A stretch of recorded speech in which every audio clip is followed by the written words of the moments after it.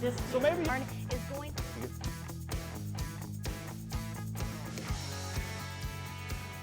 Hello and welcome to Inside Jacksonville, a production of the University of North Florida's School of Communication and the CW17. I'm Samantha Doherty. We are here each month with stories about life on the First Coast.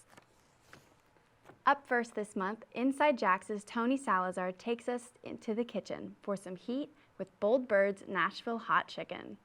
Located in the heart of Murray Hill, Bold Bird's Nashville Hot Chicken is the only authentic Nashville hot chicken restaurant in Jacksonville.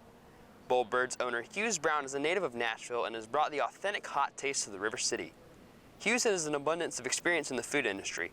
From a busboy in high school to a fine dining restaurant owner, he has seen it all. After the lease was up at his fine dining restaurant, Hughes decided to move his family out of Nashville, Tennessee. Jacksonville was a choice for his family because his wife grew up in the Bold City.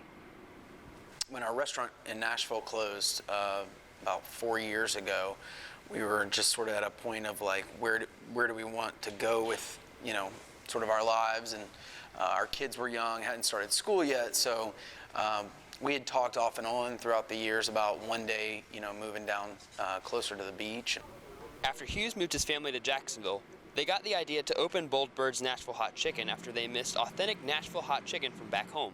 Hughes used his nearly 2 decades worth of experience in the food industry to bring authentic Nashville hot chicken into the Jacksonville market. Just because I miss Nashville hot chicken. That's the short and simple answer. We really just miss it. There wasn't anybody doing, real authentic Nashville hot chicken here.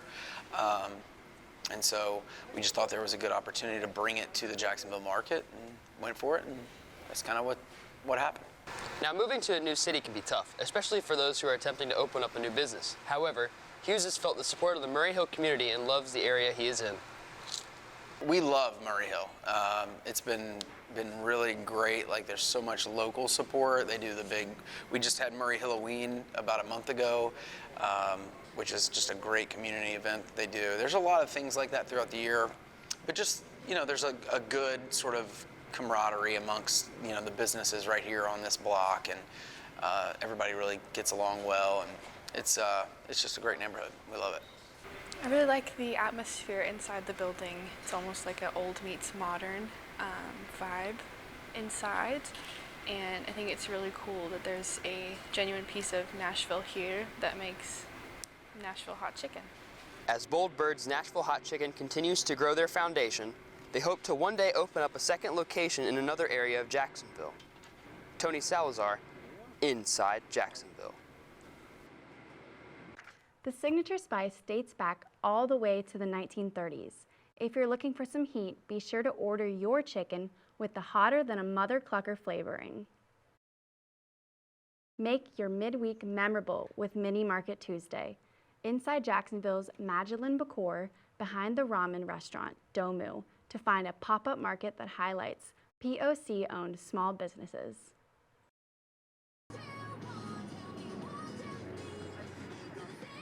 Mini Market Tuesday was created by Ali Fernandez and John Arvin to create a space for POC artists and small business owners. Every Tuesday, the market invites vendors to showcase their craft.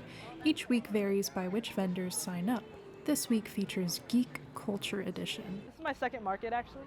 I'm actually really cool friends with the host, so she usually messages me like, hey, we're having a market. But it's also when it's pertaining to the theme. So, I do anime art, and the last one was kind of just all over art. So I had a lot more stuff that wasn't anime theme, I would say. And yeah, that's definitely my second one, and I'm actually having a lot of fun.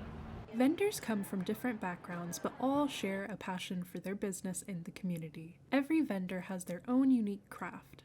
Some include comic art, tattooing skills, and candle making. The Mini Market Tuesday account actually posted, we're seeking out POC vendors for our event, all that good stuff. It was perfect because it happened right around the time when I was getting ready to quit my 9-to-5 to pursue my candle making and vending as full time as I possibly can. So it was a really awesome opportunity, and I was super excited to be here. Mini Market Tuesday starts at 5 p.m. and ends at 9 p.m. Funds collected from the Mini Market Tuesday merchandise, such as their tote bags, go to DJ, contests, and giveaways hosted on their Instagram page. For now, Mini Market Tuesday will be on hiatus until December of this year. However, you can still show your support and stay updated by following their Instagram page. Mejdoulin Bekor, inside Jacksonville. Get cozy with a bowl of ramen and check out some of the artistry sold by local vendors. Mini Market Tuesday will make you feel like it's a Friday.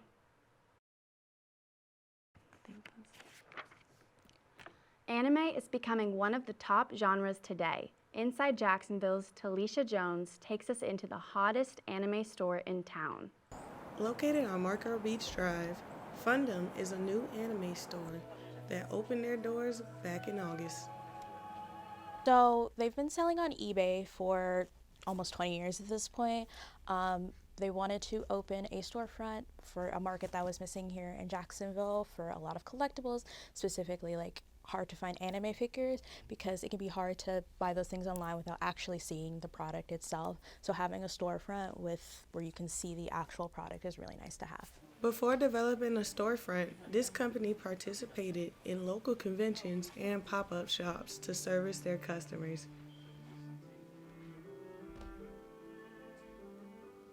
Primarily Funkos. We have a giant Funko wall here on the side. We have a lot of band Prestos, Bandais. We sell lounge flies. We have a huge t-shirt and hoodie collection and a ton of other things as well. Fundum is the place for your anime and cartoon needs. You can either stop by in store or take a look at their website. Since its opening, this store wants to make collecting easier by having those hard-to-find items. I like that it has a nice variety of pop figures. It's not something that you see in a lot of different stores. They have plushes, regular figurines, and shirts. It's just a nice variety of nerdy stuff for anything that a certain person might want. We try our best to listen to the customer and the needs of the customers and the demands of the customer, because that's who we service. So if I know that a customer is wanting like a certain pre-order, or if they're trying to find a certain product, I'll take that feedback. We'll try our best to source the product so that we can get it here in store. Talisha Jones, inside Jacksonville. If you're looking for a specific collectible, their range of vendors can help make it possible. Reach out through their Instagram at Fundum Originals. Coming up, Pete's Bar is one of Jacksonville's oldest bars. Learn about the bar's Thanksgiving tradition that keeps people coming back. Also after the break, the Zine and Comic Fest is back in town, celebrating the self-published comics and magazines in Duval. Find out how the festival went next. Inside Jacksonville will be right back. Welcome back. Up next, Inside Jacksonville's Lauren Fox will give us an inside look at the local comic artists and zine scene. Got something to say? Go publish yourself. Jacksonville's zine and comics artists are spreading the word about zines at the Jacksonville Public Library. What's really wonderful about these zines is that anybody can make them, and they become a simple sheet of paper. And it's a little bit like magic, I think. And it makes it accessible because anybody can make a zine. It is just you, the book that you want to do, and all the ideas up in your head. I'm outside the Jacksonville Public Library where the first ever Duval Comics and Zines Fest was held. With zines, local creatives can make comics about anything they wish to share. Zines are about anything creative or obsessive or focused that the creator wants it to be about. So it can be about why we don't have the best transportation in Jacksonville. It could be about how to survive sexual assault. It could be about a lot of different things. Artists for both DC and Marvel Comics, Jim Rugg, came to Duval's zine scene to discuss self-publishing. I'm a fan of zines, I come out of self-publishing and photocopying my own comics, so that's never really, I'm never too far from that. So that kind of creative freedom to me is, if you're an artist, I don't know what else you want besides the creative freedom. Zines are a really good way to go from, say, if I do the Hulk for Disney and Marvel, they have certain expectations, but if I go back and do my own ideas or my own characters in an inexpensive black and white version, I can really take chances and try something a little bit outside of the norm. With zines, the norms are meant to be broken. Jacksonville's comic artists have made zines about a variety of things. My art is like personal anecdotes from my life. I make comics about truest crime, horror, time warp stuff. I make fantasy comics and sci-fi comics, and then sometimes like about the magic moments you find in like a mundane life. For some artists, zines are a tool for activism, where they can express concerns and start conversations.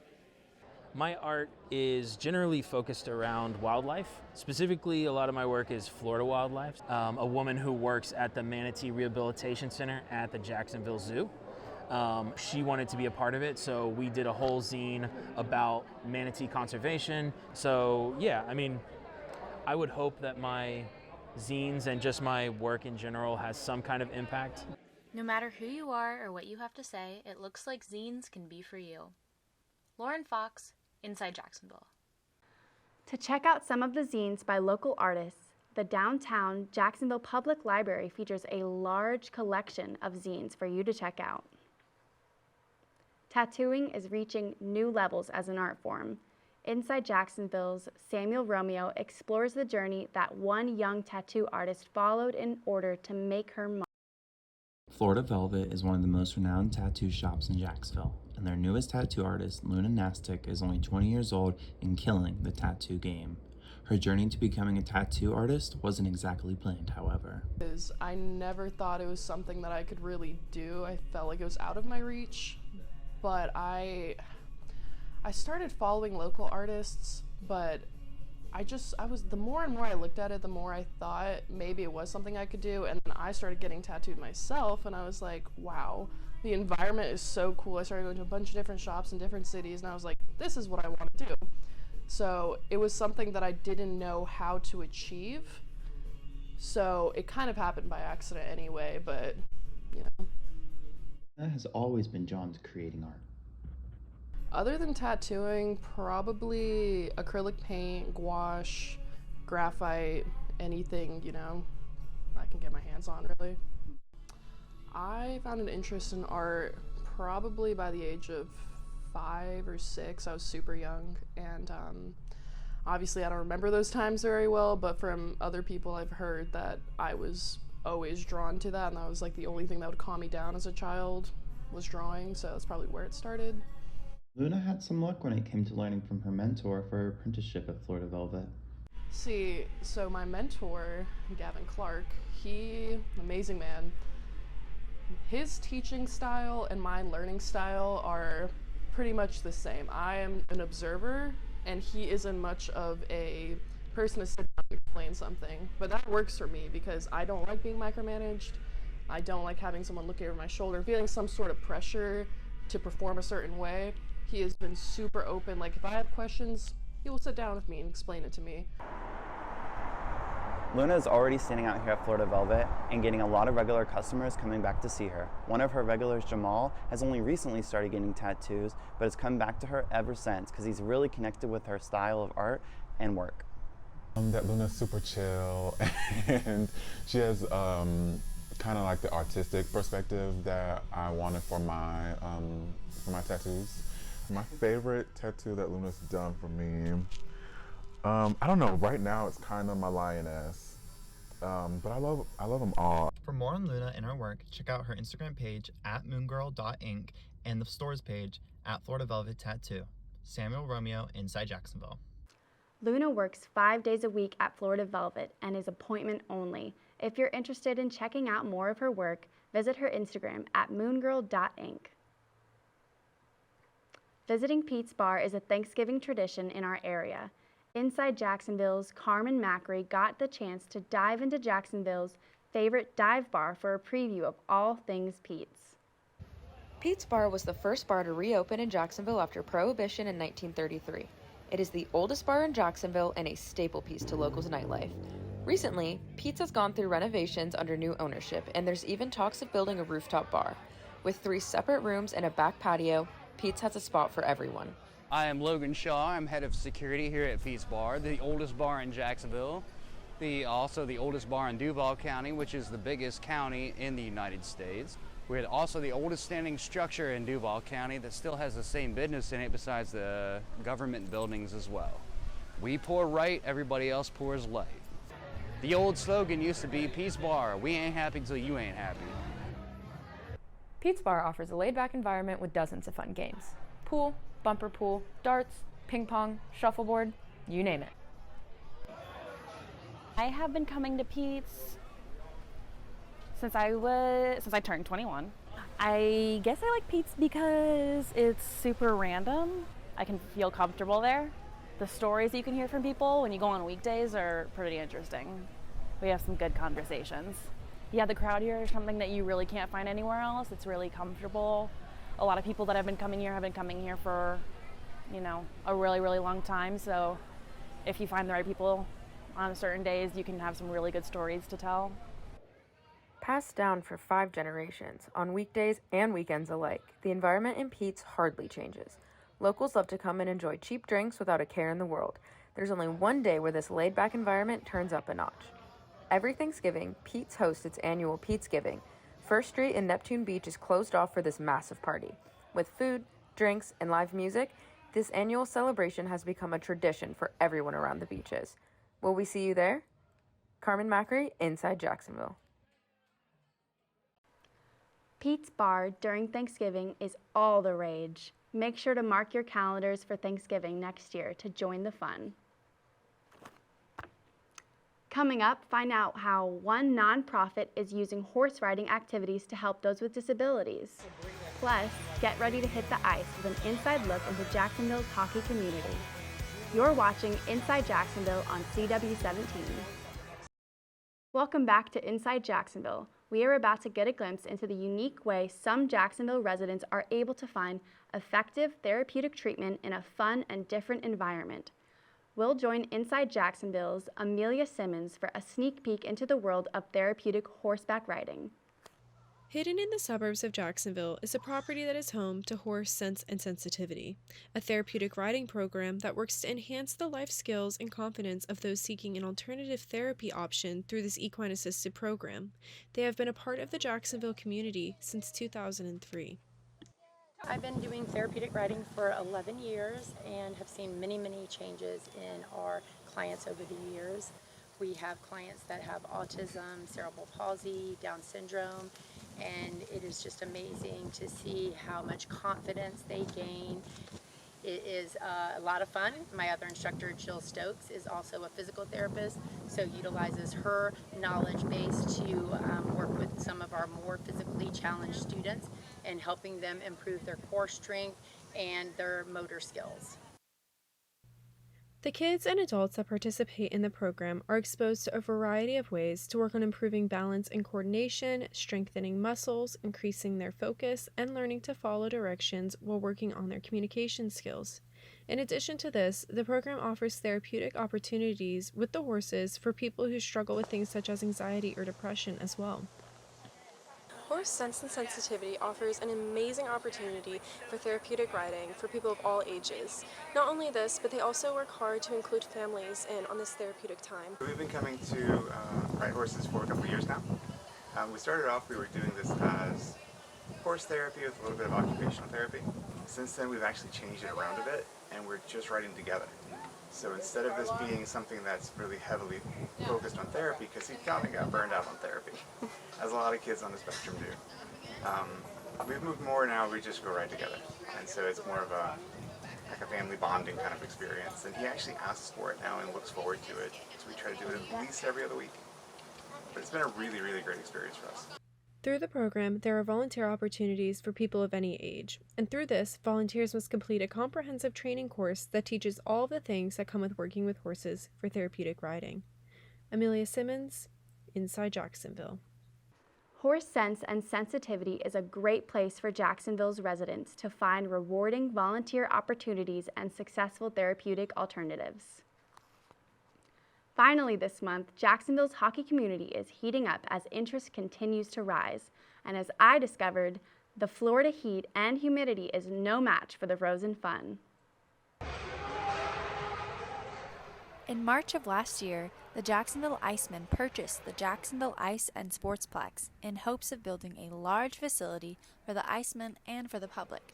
As construction comes to a close, it is drawing many customers in, and the hockey programs are booming. It is now known as the Community First Igloo and is the home of the Jacksonville Icemen. So I was hired by the Icemen in middle of February to come run all the youth and adult hockey programs. I love it. It's been really great. I didn't know a lot about Jacksonville till I got here, but you know, the Jacksonville and the surrounding area has been really nice, and just the people have been really welcoming, and I think that shows in the growth of the program and the excitement for the hockey team here and the hockey growth. It's been really excellent. You know, there's a great support from all the families and the community around us and the Icemen as well, and we're growing a lot. With construction coming to a close, it is sure to be a new and, well, literally cool hangout spot. It is not only home to the Icemen, but it is home to the only sport I personally actually enjoy watching. Parents will surely be signing their kids up for summer hockey instead of summer soccer. I think it's awesome. It's going to be really great, nice and clean and fresh, and it's really exciting for all the kids and parents. I definitely think hockey in Jacksonville has grown. This coming has made it, I think, more of an interest for people. Construction on the igloo is expected to be done this month, with 2 brand new sheets of ice, a restaurant and bar, pro store, and an esports lounge.